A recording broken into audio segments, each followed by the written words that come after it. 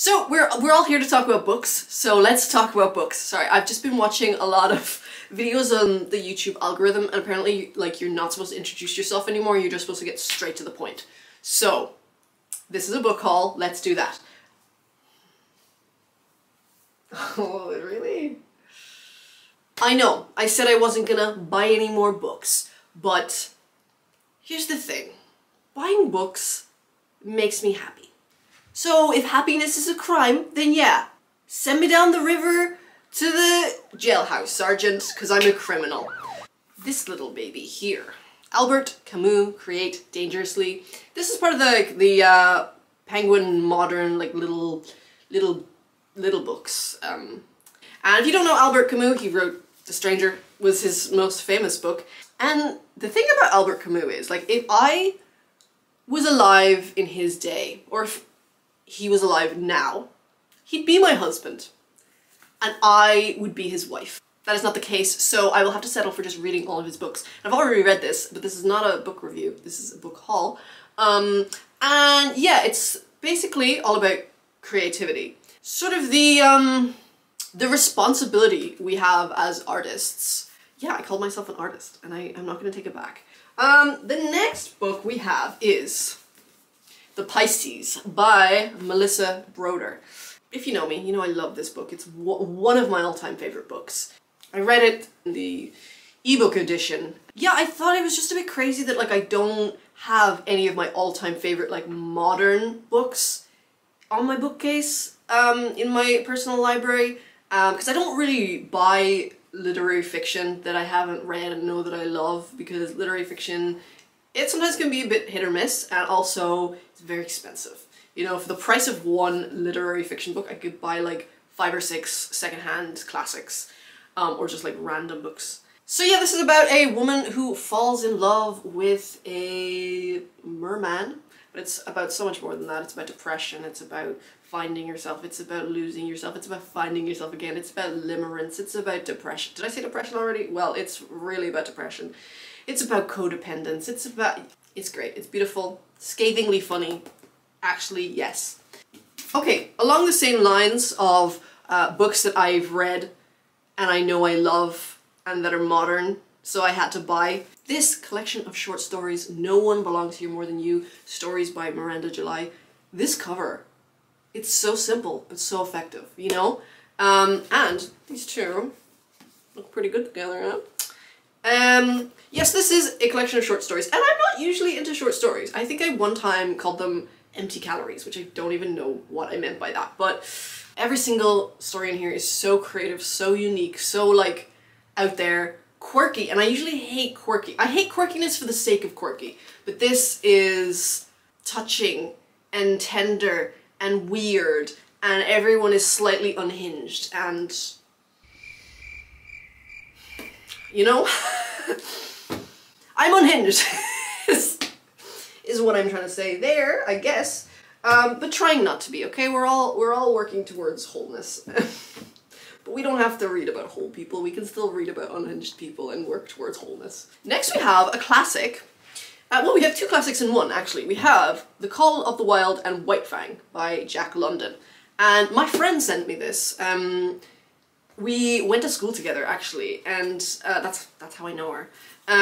Secondary school, long time ago now. And when I opened it, it's a library book, but not any library book. It's from our old school, like our secondary school, and it was checked out on 27th of February 1996. And when I went to that school, like, we didn't have a library, so that's weird. So yeah, I've never read any Jack London. I think it's all very, like, nature-based. It's very, I mean, I think these 2 books are a dog. Maybe told through the eyes of a dog, or a fox, or a wolf, or something. I love this edition. I love Wordsworth classics. Some poetry by none other than William Shakespeare. And this is his sonnets, and you know what I'm gonna say, guys. Dark academia. Love it. This is so stupid. I'm exposing myself as stupid here, but I opened it and I flicked through, I was like, oh, weird. They're all the same length and shape. Like, yeah, that's the point. So yeah, there's 154 in here, I believe. Yep, 154 sonnets. It's probably not a good idea to read them all at once. I'll probably dip in and out. It's a dippy in and outy kind of book. Yeah, it's gonna be a lot of classics here, guys, with some weird books at the end. Yeah, no, also good for the algorithm to tell people to stick around to the end for something. And let's just hope it's not a huge anticlimax. We have 2 Virginia Woolf books, actually. We have A Room of One's Own and 3 Guineas. Yeah, this was actually on my list of like hot smart girls summer TBR, and listen, I didn't read it, and it's October. And then we have The Waves. This is a bit of an impulse buy because I don't think I'm going to really understand this. I've heard that it's one of her more difficult pieces of work, but sure, we'll give it our best shot, shall we? That's all we can do. So next we have Giovanni's Room by James Baldwin, and you know where I got this, right? And this is a pro little tip of where to get books for free. I joined a Ireland book swap group on Facebook, and now look, as soon as people upload pictures of the books that they're giving, and it's called book swap, but usually they're just giving them away. People are just giving away books, and you just pay for postage. And if it's in your county, or your state or your country, it's pretty cheap. Like I think I paid €2 postage for this. The books are gone like that, unless it's classics for some reason. Yeah, because the books that are posted in that group are all very... Look, I'll just put up pictures of the types of books, and you'll hopefully like get the idea. But I look in there every day because there's gems like this. I've wanted to read this for ages, actually. This is part of the Penguin Great Loves series. I think it's all about like love stories. I think Penguin has their... Sometimes I feel like Penguin House are... They do these little cash grabs. I don't know. Look, I don't want to get into it, but I think they do little cash grabs, you know? But that's capitalism, guys, and it's okay. Is it? I don't know. We have another collection of short stories by Oscar Wilde. These are his fairy tales. And look, I'm not very well versed in fairy tales. I couldn't tell you a single fairy tale from beginning to end. Maybe The 3 Bears and Goldilocks, is that a fairy tale? And I'm not really sure what happens in the end. Does he eat all the porridge? Does he murder them all? I don't know. No, she's the bad one. Whatever. You see what I mean? You know, so yeah, there's the Happy Prince, there's the Devoted Friend, the Young King, the Sphinx Without a Secret. Okay. I hope there's like a plot twist and the Sphinx actually does have a secret. I went book hunting in my local charity shops. And if you don't know, if you're new to this channel, I'm recovering from agoraphobia. So going outside sometimes isn't easy, but I'm doing really, really well. But I'm not 100% there yet. So in shops, I'm still like, I'm not super calm enough to like browse like the rest of the folk. So I kind of have to depend on like books just jumping out at me, and some good books jumped out at me. First of all, we have this absolutely chef's kiss edition of Crime and Punishment, Dostoevsky, Penguin's classic. When is this from, actually? This one's from 1981. I love it. I absolutely love it. The text isn't that small. It's pretty small. And it's not that thick, but this one is definitely on my list. I want to get around to it. I'm a little bit intimidated, but yeah, so I was so happy. This was like €2. Are you kidding me? Are you kidding me? And then the other book that jumped out at me is Lady Shatterly'S Lover by D.H. Lawrence. I'm a D.H. Lawrence stan, okay? And I think he's underrated, and I will die on that hill. That is a hill that I will just lay down and just die. Oh, whew. Okay, listen, this doesn't smell like old books. This has a very distinctive charity shop smell. If you don't know, charity shops are what we call thrift stores here in Ireland, and they have a very distinctive smell. It's not necessarily a bad smell. It's just like rotting old people. It's kind of dusky, it's musty, it's musky, and after like the 3rd charity shop, it was starting to like get in my lungs. So not only was I sort of on the verge of a panic attack, but I had to keep leaving the store to cough. This next one was another charity shop find, but not by me.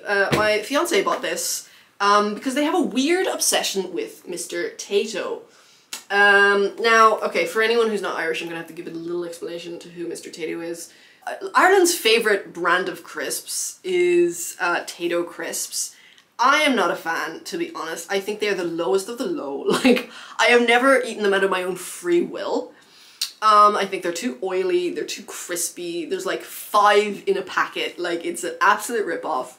But this guy is cute. This is the smallest ever tato shop in County Donegal. I think it's a fake autobiography not fake, sorry, it's real. But yeah, I mean, there's a theme park and everything. There's a Mr. Tato theme park, which I guess is where we're gonna get married. Next we have this absolutely stunning edition of the Metamorphosis by Franz Kafka, which is up there, I think, in my top 5 favorite classics. And I got this secondhand online. Oh, there's little, okay, this is a school book. Because in the end, there's like comprehension questions and it's just literally like making sure that you actually read the book. Oh, okay. What age group is this for? There's like fill in the blank. Oh, and there's answers at the back. Okay, this is a Spanish school book. It's for Spanish students learning English just like as a language, not necessarily literature. So that's why there's like those comprehension. Okay, cool. Well, whatever. It's a really nice edition. Next, we have my newest kind of hyperfixation, if you want to call it that. Sherlock Holmes. I started reading Sherlock Holmes and I was like, oh my gosh, I have to buy more of these. It's absolutely amazing. So I have The Return of Sherlock Holmes and I have The Adventures of Sherlock Holmes. I don't think you have to read them in order. I did Google it actually, and you can just kind of read them in whatever order. Oh, this tiny, tiny font. That's okay. And I'm thinking I might start watching the show Sherlock. I don't know. But yeah, I'm not a huge fan of this edition, but I love the spine. So we're coming near to the end, guys. We're coming near to the end. Oh, I did it wrong. This was the weird one that I was saying for the end. Oops. Okay. So we have some F. Scott Fitzgerald, Tender is the Night. And because I am on a mission to read all of F. Scott Fitzgerald's books. This one is heavily inspired by his own life. I think it talks about like it's based on his affair with a much younger woman. And, you know, I don't know. Did he even write this or did Zelda write it? You know, it's the age-old question.